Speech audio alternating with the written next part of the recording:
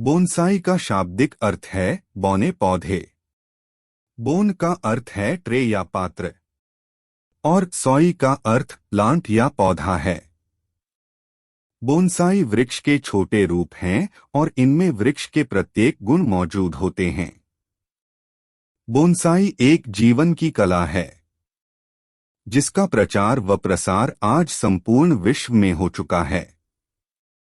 यह एक अत्यंत सूक्ष्म कला है। बौने पौधे किसी भी थाली में लगे हों, परंतु इससे उन्हें गमले में साधारण पौधे नहीं समझ लिया जाना चाहिए, जो कि आमतौर पर सुंदर पत्तियों अथवा फूलों के लिए लगाए जाते हैं। बोनसाई एक विशिष्ट एवं महत्वपूर्ण कला है।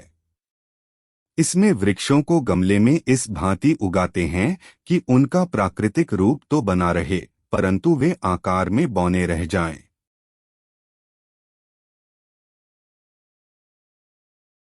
जापान में बोनसाई कला हजारों वर्ष पुरानी है। वहां पर इसका उच्चारण बोनसिंग की भांति किया जाता है। कहा जाता है कि सर्वप्रथम इस प्रथा को बौद्ध भिक्षुओं द्वारा चलाया गया था। बौद्ध भिक्षुओं ने इस कला को इसलिए अपनाया कि इससे संघर्षमय जीवन को बोध होता है। पथरीले स्थानों पर पोषक तत्वों के लिए संघर्षरत वृक्ष कम बढ़ते हैं। इन वृक्षों को गमले में रोपने के उपरांत भिक्षुओं ने इनको ऐसा वातावरण देना शुरू किया जिसमें वे बहुत कम बढ़ते थे और वर्षों तक बौने रहते थे। कुछ समय के उपरांत वृक्षों को सुरुचि एवं सुंदरता के अनुरूप विभिन्न आकार प्रकार दिए जाने लगे। अंत में गमले के आकार प्रकार का वृक्ष के आकार प्रकार से सामंजस्य स्थापित किए जाने की परंपरा का विकास किया जाने लगा। घरों में बोनसाई पौधों का विशिष्ट स्थान है। इनकी लोकप्रियता दिनोंदिन बढ़ती जा रही है। घरों में विशेष रूप से कमरे के अंदर कम ऊंचाई वाली मेजों व बरामदों में रखने एवं बाहर शैल उद्यानों में इनको लगाने का प्रचलन है। बोनसाई घर के आसपास एवं अंदर कम जगह में भी रखा जा सकता है। ये बौने वृक्ष अपने अनूठे रंगरूप के कारण आकर्षण के स्रोत तो होते ही हैं, साथ ही इन्हें समूह में रखकर प्राकृतिक वातावरण उत्पन्न किया जा सकता है।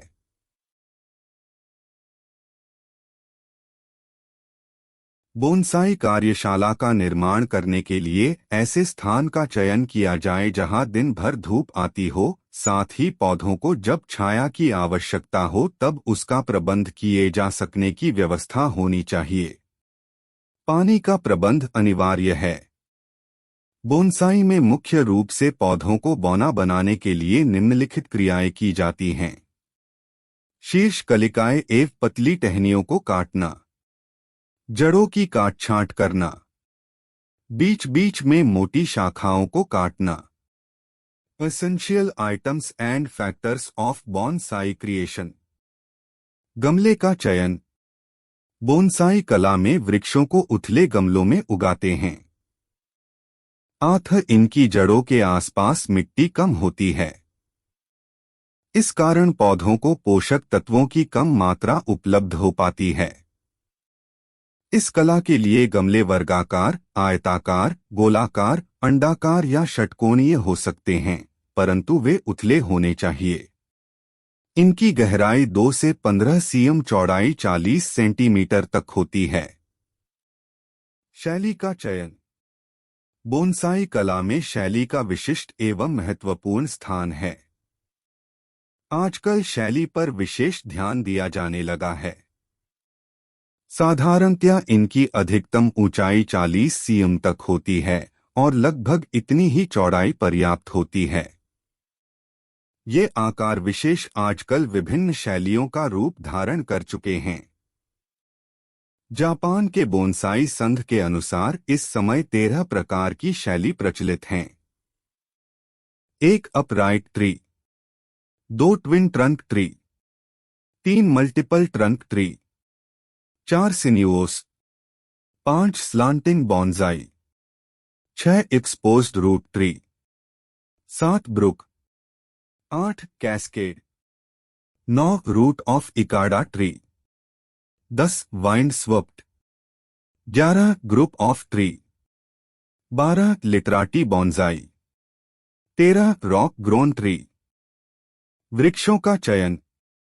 वृक्षों के चयन के समय उनके फूलों की सुंदरता, कलियों और पत्तियों का रंगरूप, उनके निकलने एवं शैली फूलने के समय इत्यादि का विशेष ध्यान दिया जाता है। इसके लिए केवल ऐसे फल वाले वृक्षों का चयन करते हैं जिनके फूल रंगीन एवं आकर्षक होते हैं। परंतु कभी कभी ऐसे वृक्षों का भी चुनाव किया जाता है जिनकी शाखाओं का आकार प्रकार पत्तियों के गिरने के उपरांत अधिक आकर्षक हो जाता है। बोनसाई के लिए उपयुक्त वृक्षों में चीड़ का स्थान सर्वोपरि है, फिर इजोस्मुस का नंबर आता है जिसकी पत्तियां चीड़ के समान होती हैं। ये दोनों सदाबहार एवरग्रीन वृक्ष हैं। हालांकि बोनसाई के लिए सदाबहार और पतझड़ वाले दोनों प्रकार के वृक्षों का उपयोग किया जाता है। भारत में बोनसाई के लिए उपयुक्त वृक्ष: सदाबहार वृक्ष, अमलताश, आकाशनी, आंवला, सिल्वर ओक, केसिया प्रजातियां। पतझड़ी वृक्ष: अनार, ओक, बर्बेरिस, बेर, buddleia, birch, fir. How to make bonsai. सबसे पहले बोनसाई के लिए उपयुक्त पौधे को गमले में उगाते हैं। फिर उसके बाहरी भाग की इस प्रकार काट-छांट करते हैं कि उसको वांछित शैली के अनुसार पूर्व निर्धारित आकार प्रदान किया जा सके। इसके तुरंत बाद जड़ों की काट-छांट करते हैं। फिर वृक्ष को पात्र में रोप देते हैं। रिपॉटिंग। गमला बदलने की आवश्यकता पौधे की जाति एवं उसकी आयु पर निर्भर करती है। धीरे बढ़ने वाले सदाबहार वृक्ष जैसे चीड़, बुरास इत्यादि में गर्म एवं आर्द्र जलवायु में प्रति 3-4 साल बाद और शुष्क जलवायु में 4 से 6 वर्ष बाद गमला बदलना लाभप्रद होता है।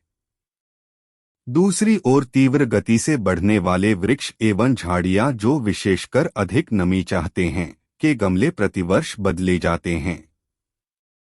प्रतिवर्ष गमले बदलने की क्रिया अजेलिया, कमेलिया, नाशपाती, जापानी मेपिल, प्राइड ऑफ इंडिया और चमेली वर्गीय पौधों के लिए आवश्यक है। प्रूनिंग।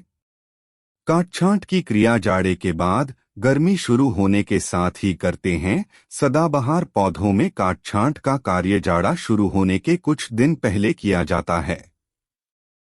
सर्वप्रथम नए गमले के लिए मिट्टी तैयार करते हैं।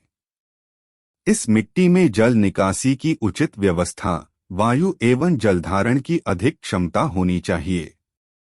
इसके लिए उद्यान की मिट्टी, गार्डन सॉल, पत्ती की खाद, लीफ मोल्ड और बालू रेत सैंड को बराबर मात्रा में मिलाकर तैयार किया गया मिश्रण उत्तम रहता है। इसमें लगभग 10% ईंट के छोटे छोटे टुकड़े भी मिलाए जा सकते हैं ताकि जल निकास पर प्रतिकूल प्रभाव न पड़े।